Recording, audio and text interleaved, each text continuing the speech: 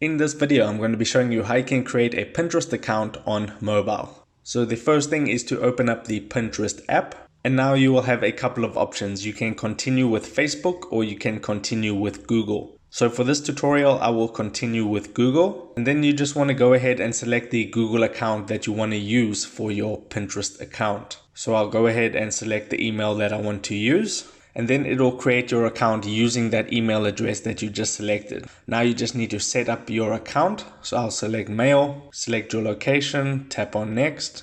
And then you just want to pick 5 or more interests to get started. So I'll just select the first 5.